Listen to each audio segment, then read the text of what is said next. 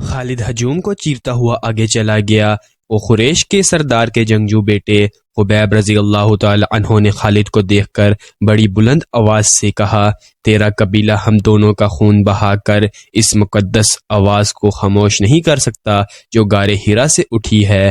لا اپنے قبیلے کا کوئی نامور لڑاکا اور میرے ہاتھ کھلوا دے، پھر دیکھ کون کس کے خون سے پیاس بجھاتا ہے۔ میدان جنگ میں پیٹھ دکھانے والوں زید رضی اللہ تعالی عنہ نے گرجدار آواز میں کہا، تم نے شکست کا انتقام ہمارے بھائیوں کی لاشوں سے لیا۔ تمہاری عورتوں نے احد کے میدان میں ہماری لاشوں کے کان اور ناکیں کاٹ کر ان کے ہار اپنے گلے میں لٹکائے ہیں۔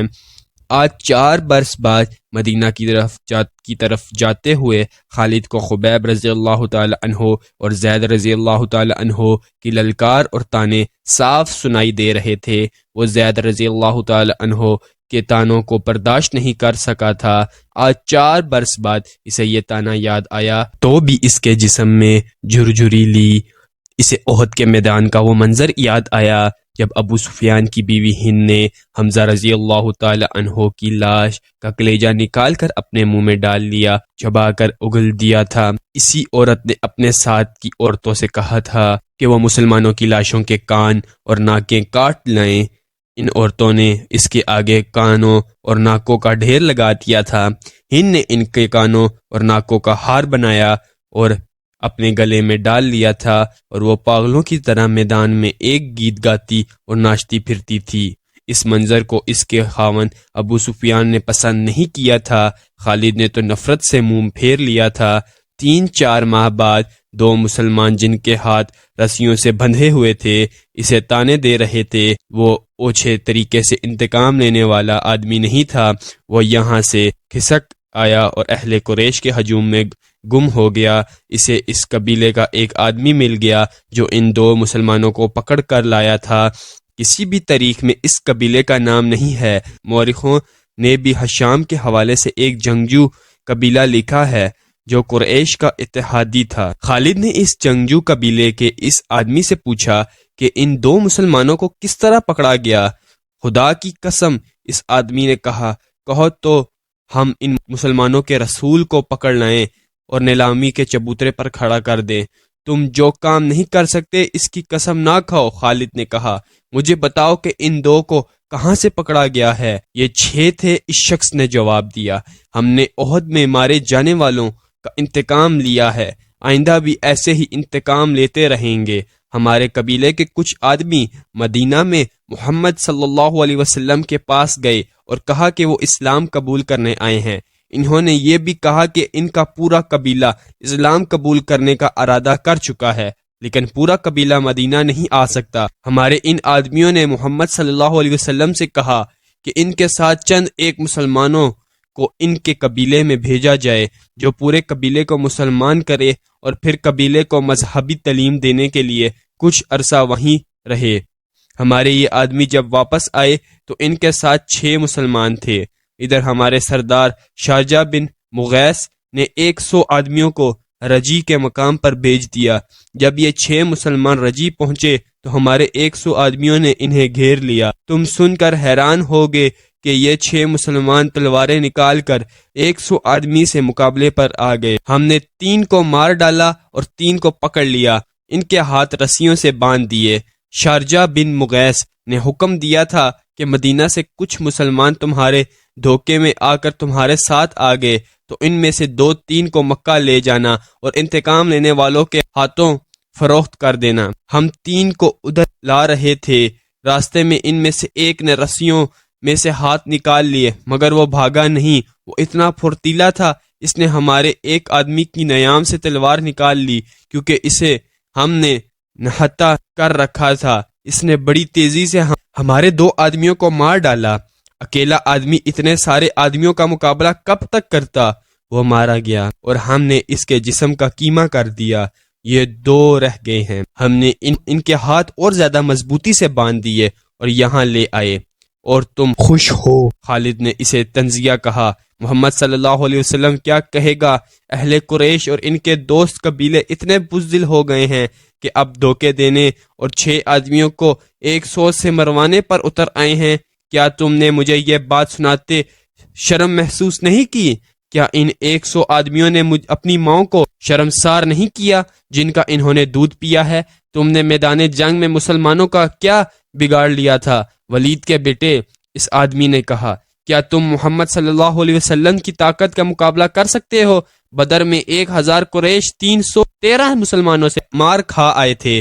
احد کی لڑائی میں محمد صلی اللہ علیہ وسلم کے پیروکار کتنی تعداد میں تھے؟ 700 سے کم ہوں گے، زیادہ نہیں۔ قریش کتنے تھے؟ ہزاروں۔ سن خالد بن ولید، محمد صلی اللہ علیہ وسلم کے ہاتھوں میں جادو ہے، جہاں جادو چلتا ہے وہاں تلوار نہیں چل سکتی، پھر تمہاری تلوار کس طرح چلے گی؟ خالد نے پوچھا، اگر محمد کے ہاتھوں میں جادو ہے تو وہ تمہارے سردار شارجہ بن مغیث کے دھوکے میں کس طرح آ گیا؟ اس کے 4 آدمیوں کو کس طرح مار ڈالا؟ ان 2 کو محمد صلی اللہ علیہ وسلم کا جادو آزاد کیوں نہیں کرا دیتا؟ تم جس چیز کا مقابلہ کرنے کی جرت نہیں رکھتے اسے جادو کہہ دیتے ہو۔ ہم نے جادو کو جادو سے کاٹا ہے۔ شارجہ بن مغیث کے قبیلے کے آدمی نے کہا، ہمارے پاس یہودی جادوگر آئے تھے، ان کے ساتھ 3 جادوگرنیاں بھی تھیں، ان میں سے ایک کا نام یحاوہ ہے۔ ہم نے اپنی آنکھوں سے دیکھا ہے، ایک گھنی جھاڑی میں سے ایک برچی زمین سے سر کٹی ہوئی باہر آئی، یہ برچی جھاڑی میں واپس چلی گئی اور سانپ بن کر واپس آئی، یہ سانپ واپس جھاڑی میں چلا گیا۔ مدینہ کی طرف جاتے ہوئے اسے یہ واقعہ یاد آ رہا تھا، وہ اسے یاد نہیں کرنا چاہتا تھا، لیکن زہریلی بڑھوں کی طرح یہ یاد اس کے اوپر بھنبھناتی رہی۔ اسے یحاوہ یاد آئی، وہ جادوگرنی تھی یا نہیں؟ اس کے حسن میں، جسم کی سخت مسکراہٹ اور بولنے کے انداز میں جادو تھا۔ اس نے شارجہ بن مغیث کے اس آدمی کے منہ سے یحاوہ کا نام سنا تو وہ چونکا۔ معرکہ احد کے بعد جب اہل قریش کی فوج مکہ واپس آئی تھی تو مکہ کے یہودی ایسے انداز سے ابو سفیان، خالد اور اکرمہ کے پاس آئے تھے جیسے احد میں یہودیوں کو شکست ہوئی ہو۔ یہودیوں کے سرداروں نے ابو سفیان سے کہا تھا کہ مسلمانوں کو شکست نہیں ہوئی اور لڑائی ہار جیت کے بغیر ختم ہو گئی ہے، تو یہ قریش کی شکست ہے، یہ یہودیوں کی ناکامی ہے۔ یہودیوں نے اہل قریش کے ساتھ اس طرح ہمدردی کا اظہار کیا تھا جیسے وہ اہل قریش کی ناکامی پر غم سے مرے جا رہے ہیں۔ ان دنوں خالد نے پہلی بار یحاوہ کو دیکھا تھا، وہ اپنے گھوڑے کی ٹہلائی کے لیے آبادی سے باہر نکل گیا تھا۔ جب وہ واپس آ رہا تھا تو راستے میں اسے یحاوہ مل گئی۔ یحاوہ کی مسکراہٹ نے اسے روک دیا۔ میں تسلیم نہیں کر سکتی، ولید کا بیٹا جنگ سے ناکام لوٹ آیا ہے، یحاوہ نے کہا، اور خالد کے گھوڑے کی گردن پر ہاتھ پھیرنے لگی اور بولی، مجھے اس گھوڑے سے پیار ہے جو مسلمانوں کے خلاف لڑنے گیا۔ خالد یوں گھوڑے سے اتر آیا جیسے یحاوہ کے جادو نے اسے گھوڑے سے زمین پر کھڑا کر دیا ہو۔ اس سے بڑی ناکامی اور کیا ہوگی کہ تم مسلمانوں کو شکست نہیں دے سکے۔ یحاوہ نے کہا، تمہاری شکست ہماری شکست ہے، اب ہم تمہارا ساتھ دیں گے، لیکن تمہارے ساتھ ہوتے ہوئے بھی تم ہمیں اپنے ساتھ نہیں دیکھ سکو گے۔ خالد نے یوں محسوس کیا جیسے اس کی زبان بند ہو گئی ہو۔ تلواروں، پرچیوں اور تیروں کی بوچار کا مقابلہ کرنے والا خالد یحاوہ کی مسکراہٹ کا مقابلہ نہیں کر سکا۔ اگر یہودی ہمارے ساتھ نہیں ہوں گے تو ہمارے کس کام آ سکیں گے؟ خالد نے پوچھا، کیا تم سمجھتے ہو کہ صرف تیر ہی انسانوں کے جسم سے پار ہو جاتے ہیں؟ یحاوہ نے کہا، عورت کا تبسم تم جیسے دلیر اور جری مردوں کے ہاتھوں سے تلوار گرا سکتا ہے۔ خالد اس سے کچھ پوچھنا چاہتا تھا لیکن کچھ پوچھ نہ سکا۔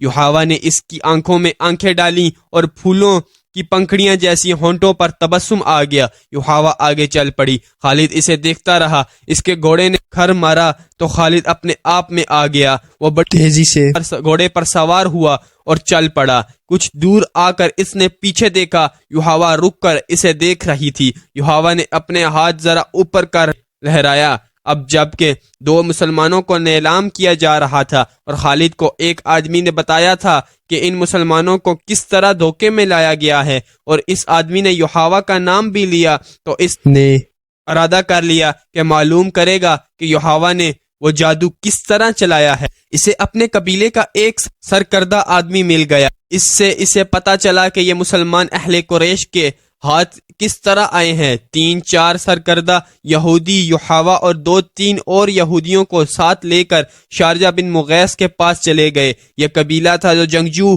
لیکن اس پر مسلمانوں کا رعب کچھ اس طرح طاری ہو گیا جیسے لوگ جادوگروں سے ڈرتے تھے، اس قبیلے میں یہ مشہور ہو گیا تھا کہ رسول کریم صلی اللہ علیہ وسلم کے ہاتھ میں کوئی جادو ہے۔ یہودیوں نے اپنی زمین دو کروائیوں کے لیے اس قبیلے کو اس لیے منتخب کیا تھا کہ وہ جنگجو قبیلہ تھا۔ یہودی بڑی دانشمند قوم تھی، انہوں نے سوچا کہ اگر مسلمانوں کے جادو کا وہم پھیل گیا تو دوسرے قبیلے بھی اس سے متاثر ہوں گے۔ یہ یہودی اس قبیلے کے سردار شارجہ بن مغیث کے پاس گئے اور اس کا وہم دور کرنے کے لیے کہ مسلمان جادوگر ہیں اسے بہت کچھ کہا، لیکن شارجہ بن مغیث نے تسلیم نہ کیا۔ رات کو یہودیوں کے کہنے پر شارجہ بن مغیث نے ان مہمانوں کی ضیافت کا انتظام باہر کھلے آسمان تلے کیا۔ ان یہودیوں نے اپنے ہاتھوں اپنے میزبانوں کو شراب پلائی۔ شارجہ بن مغیث اور اس کے قبیلے کے چند ایک سرکردہ افراد کو جو شراب پلائی گئی اس میں یہودیوں نے کوئی صفوف سا ملا دیا تھا۔ پھر یہودیوں نے اپنے جادو کے کچھ شعبدے دکھائے۔ یحاوہ نے اپنے حسن کا جادو چلایا، اس کا ذریعہ ایک رقص بھی تھا جس میں یہ یہود نے نیم ہر ہونا تھی۔ ناچتے ناچتے ان کے جسموں پر جو ادھورے سے لباس تھے وہ بھی سر کر زمین پر جا پڑے۔ یہودی اپنے ساز ندے ساتھ لے گئے تھے۔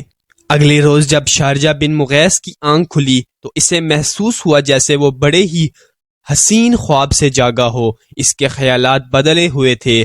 کچھ دیر بعد وہ پھر اپنے قبیلے کے دوسرے سرداروں کے ساتھ یہودیوں کے پاس بیٹھا تھا۔ یہودنیں بھی وہاں موجود تھی۔ یحاوہ کو دیکھ کر وہ بے قابو ہو گیا۔ اس نے لپک کر یحاوہ کا بازو پکڑا اور اسے کھینچ کر اپنے پاس بیٹھا لیا۔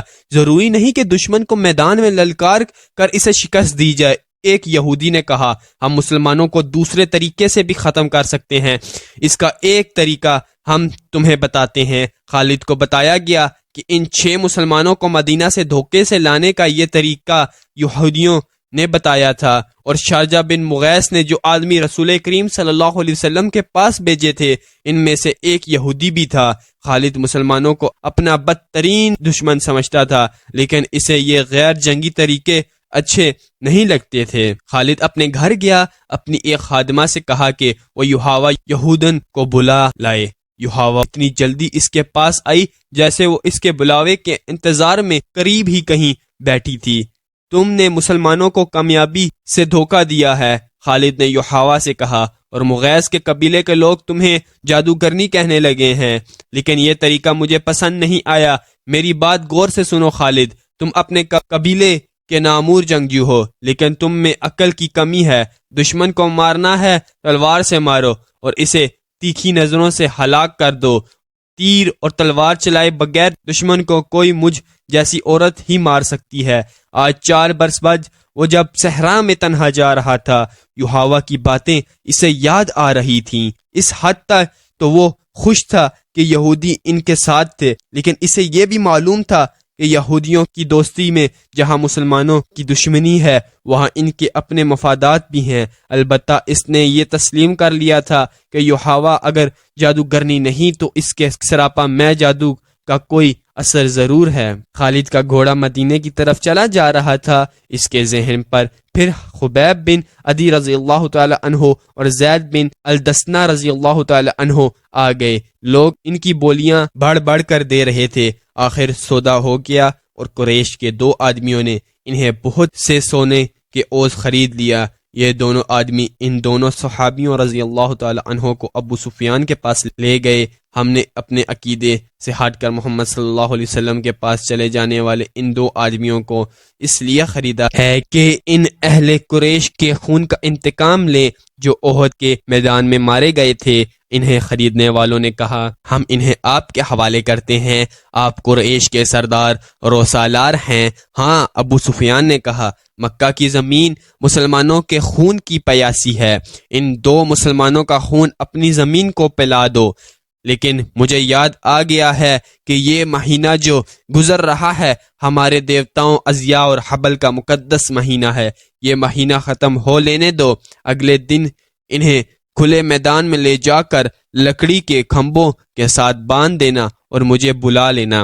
خالد نے جب ابو سفیان کا یہ حکم سنا تو وہ اس کے پاس گیا۔ مجھے آپ کا یہ فیصلہ اچھا نہیں لگا۔ خالد نے ابو سفیان سے کہا، ہم دگنی اور تگنی تعداد میں ہوتے ہوئے بھی اپنی زمین کو مسلمانوں کا خون نہیں پلا سکے تو ہمیں حق حاصل نہیں کہ دو مسلمانوں کو دھوکے سے یہاں لا کر ان کا خون بہایا جائے۔ ابو سفیان، کیا آپ جانتے ہیں کہ مسلمانوں کو دھوکہ دینے والی 3-4 عورتیں تھیں؟ کیا آپ اپنے دشمن سے یہ کہلوانا چاہتے ہیں کہ اہل قریش اب عورتوں کی آڑ میں بیٹھ گئے ہیں؟ خالد، ابو سفیان نے بارعب لہجے میں کہا، خبیب اور زید کو میں ابھی اتنا ہی اپنے قریب سمجھا کرتا تھا جتنا تم انہیں اپنے قریب سمجھتے تھے۔ تم اب بھی انہیں اپنے قریب سمجھ رہے ہو اور یہ بھول رہے ہو کہ اب یہ ہمارے دشمن ہیں۔ اگر تم انہیں آزاد کرانا چاہتے ہو تو لاؤ، اس سے دگنا سونا لے آؤ اور ان دونوں کو لے جاؤ۔ نہیں، پردے کے پیچھے سے ایک گرجدار نسوانی آواز آئی۔ یہ ابو سفیان کی بیوی ہند کی آواز تھی۔ اس نے غصے سے لرزتی ہوئی آواز میں کہا، حمزہ کا کلیجہ چبا کر بھی میرے سینے میں انتقام کی آگ سرد نہیں ہوئی ہے۔ اگر ساری دنیا کا سونا بھی میرے آگے لا کر رکھ دو گے تو بھی میں ان دو مسلمانوں کو آزاد نہیں کروں گی۔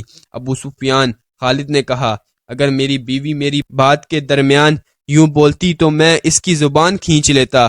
تم اپنی بیوی کی زبان کھینچ سکتے ہو۔ ہند کی آواز آئی، تمہارا باپ نہیں مارا گیا تھا، تمہارا کوئی بیٹا نہیں مارا گیا اور تمہارا چاچا بھی نہیں مارا گیا۔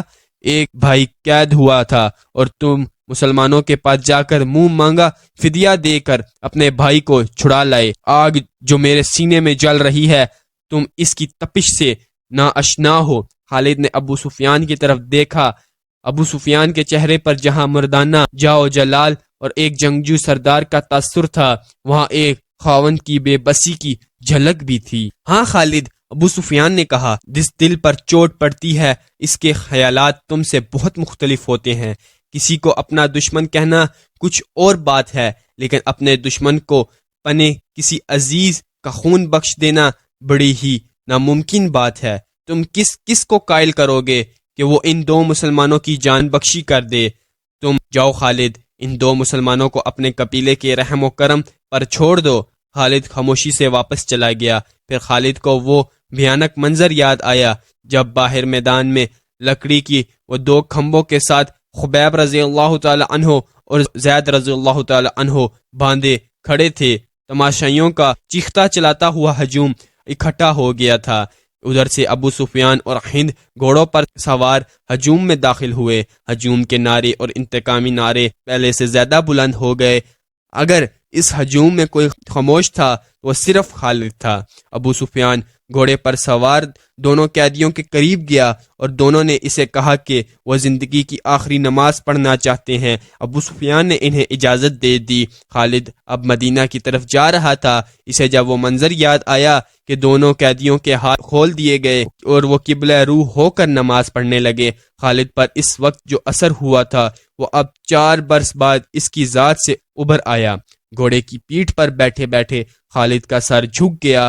خبیب بن عدی رضی اللہ تعالی عنہ اور زید بن الدسنا رضی اللہ تعالی عنہ ہجوم کی چیخ و پکار سے لا تعلق اپنی موت سے بے پرواہ خدا کے حضور رکوع و سجود میں محو تھے۔ انہوں نے نہایت اطمینان سے نماز پڑھی، دعا کے لیے ہاتھ اٹھائے۔ کوئی نہیں بتا سکتا، تاریخ بھی خاموش ہے کہ انہوں نے خدا سے کیا دعا مانگی۔ انہوں نے خدا سے یہ نہیں کہا ہوگا کہ دشمن انہیں آزاد کر دے۔